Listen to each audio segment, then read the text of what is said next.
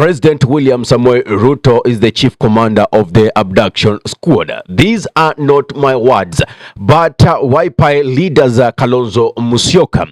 They demand the release of 82 youth who have been abducted for the past 3 months and are blaming any potential unaliving of the abductees on the Kenya Kwanza regime. Kalonzo has been a vocal piece in the opposition, and his voice seems to be taking shape, especially after the impeachment of former Deputy President Rigathi Gachagua. Mr. William Ruto is the chief commander of the abduction squad.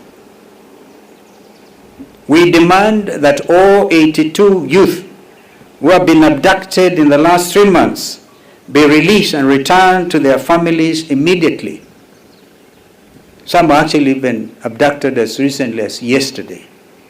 We also demand that all 29 missing youth whose whereabouts are unaccounted for be accounted for forthwith, if any of them will have been killed. The blame will be squarely on Kenya Kwanza regime. And to you, Mr. President William Ruto, we also call on our international partners to note these serious crimes against humanity being perpetuated by Kenya Kwanza regime and to add their voice of condemnation.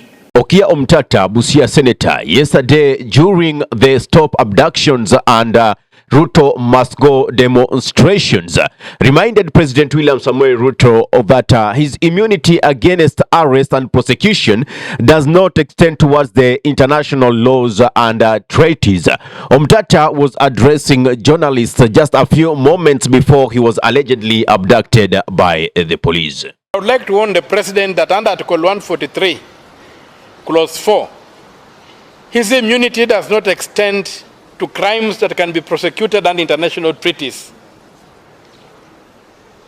And last time he undertook, when he was in Homa Bay, he undertook to end abductions. They have continued. The first step towards ending abductions would have been to release those who have been abducted, and then saying that going forward, nobody else will be abducted. If anybody has made a mistake, let them be arrested, let them be prosecuted. And the advocates here and others in the role of advocates in Kenya will ensure that those accused, and the judges will ensure that those accused get justice. In our national anthem, we say that justice be our shield and defender. Today, when you sing the national anthem, it doesn't belong to this country anymore. It belongs to a different country. And so the demand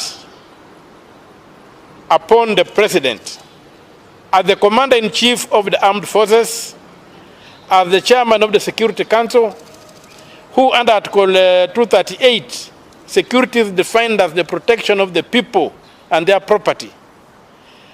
Under our Bill of Rights, the personal freedom is a right.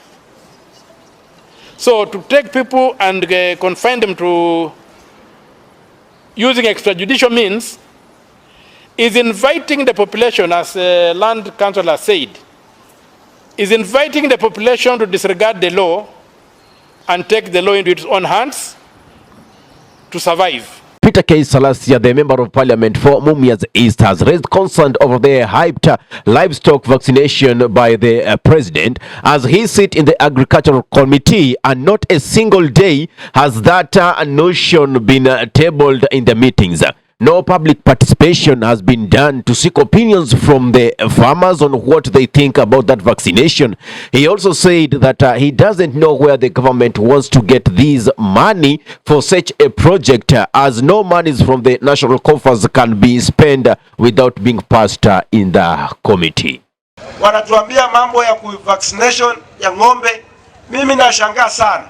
Wanaongelea mambo ya kuvaccinate ng'ombe, mimi niko katika komiti yetu ya agriculture. Wajai kutuletea ile agenda, sisi kama komiti tuiangalie na tuende tuulize wananchi wamekubali ng'ombe zao zikuwe vaccinated ama bado. Lakini nasikia tu huko sijui hata hiyo project, hiyo budget ambayo wanataka kuvaccinate ng'ombe kuanzia Januari itatoka wapi?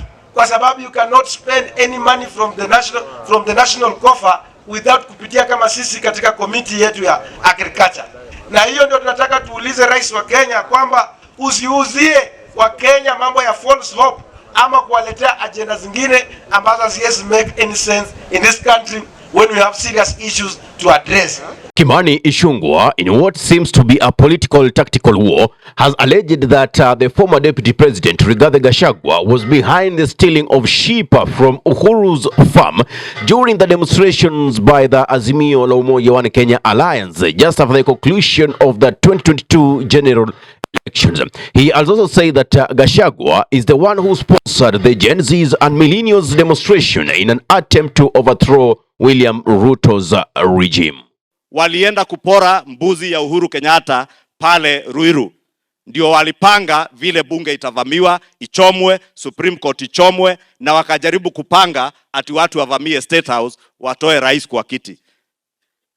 And those people are not many. It is your former deputy president, Your Excellency. If he failed that time, he will never succeed in dividing the people of Kenya or bringing chaos in this country. Na hatutamkubalia, Your Excellency. Na mtu asijifiche na jamii. Ati useme wewe ni jamii yangu natetea. Kwani sisi tumechaguliwa kwa jamii gani? Si tumechaguliwa kwa hiyo jamii? Mimi naongea Kikuyu ile wewe unaongea. Nimezaliwa na baba na mama Mkikuyu kama wewe. Usijifanye wewe ndiye Mkikuyu kuliko sisi. Na usijifiche na jamii ya Wakikuyu kufanya maovu yako na wizi wako. Mheshimiwa Rais, huwezi kosa kufaulu. Na usisikize wale naysayers. Wacha wapige porojo ile wanasema, vile umesikia Kamketi akituambia.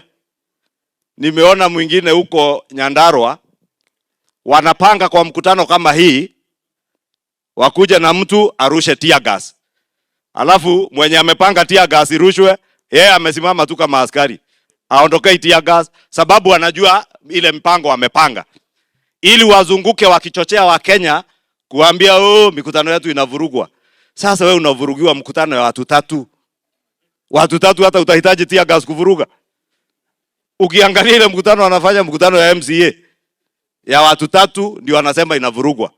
Well, that's it for now. What's your take in the changing political landscape with Kimani Ichung'wah coming to blame Gachagua rover stealing Uhuru Muigai's sheep in his farm, and also Gachagua coming in to say in this video that I spoke in this link up here, in a few days, he will be naming the people behind the abductions and their identity, and also identify the location in which these abductors take the abductees and torture them.